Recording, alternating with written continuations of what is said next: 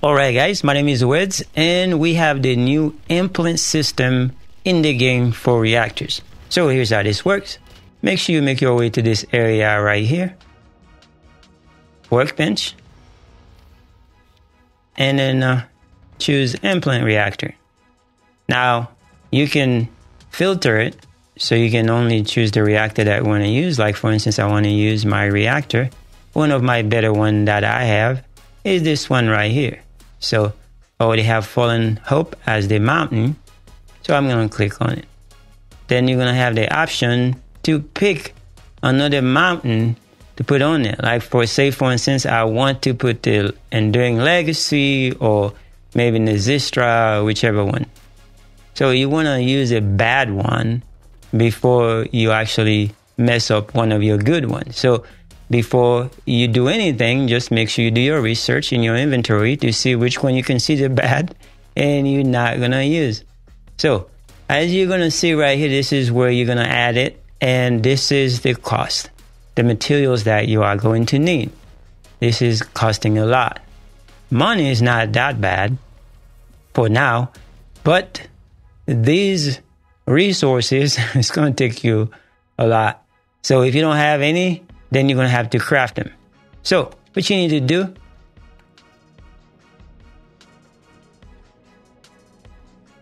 go to the research.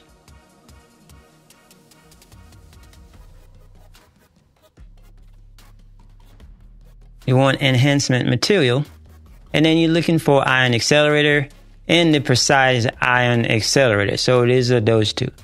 Now there are two different resources you can use for those. Like you can see, they are the same thing, but they use different resources, and it's gonna cost you some money. Depends on how many you're trying to craft or research. For instance, 20,000, you can see the cost, and then it's gonna cost you some quantum crystal. And you just increase the amount and see how much money you're going to spend and how many resources. So if you don't have enough resources for 500, it's going to turn red. So that means you only have to do that many. And it's going to show you how long it's going to take you to research. So depends on which one you can afford. That's the one you're going to do. And as you can see, this is going to cost you quite a few resources. All right, so now once you get your stuff researched, then you come back to the machine, go back to implant. You're going to do the same thing, search for the toxic as I showed you before, and I'm going to use my best one that I want to add a mountain to, just so I can do Colossus bosses. In my case, since I want the Nezistra, so I'm going to look for a bad one that is bad that I don't need to use for the mountain. And this one right here is a perfect candidate because it is a toxic, but you can see the substat, a chill skill power boost ratio. Why would you need a chill skill power on a toxic reactor? This is bad, but it is there for that kind of stuff, to use this as mount. So I'm going to click this one, and as you can see, it shows up right here on the right side.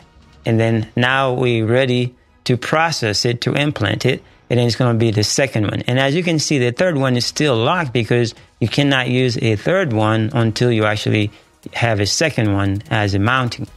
So we're going to go through the process. So now my reactor is good for an Nezistra devotion and also for Fallen Hope. Now I can add a third one. So for my third optimization, I want to use Enduring Legacy as one of my mount. So it's going to cost me 2,000 ion accelerator and then 200 precise ion accelerator. And on my inventory, I can see that I have a few of them. Some of them haven't been upgraded to anything, you can tell, but I can filter it so I can have the ones that are not upgraded on the bottom. So I'm going to go to sort by enhanced level. So all the ones that have been enhanced, that I know if I enhance something, that means it must have been important. So that way I'm not going to use it. So out of the ones that are not enhanced, if they're not enhanced, most likely I didn't think of using them anyway. So this is the one I'm going to use. As you can see, it's got Colossus stats on there, but it is blue, so must not be important. So that's the one I'm going to use, and then we're going to implant this. All right, so now I have my 3 optimization life is all right, and I already run out of resources. Now that my reactor is ready with the mounted that I want, or at least that's what I think I want. So if we check right here, because I'm holding the Fallen Hope, then it is showing as the one that is checked.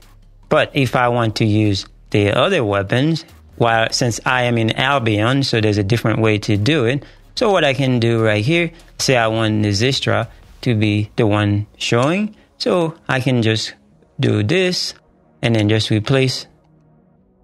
And then when I check this, you're going to see the Zystra is the one that is checked.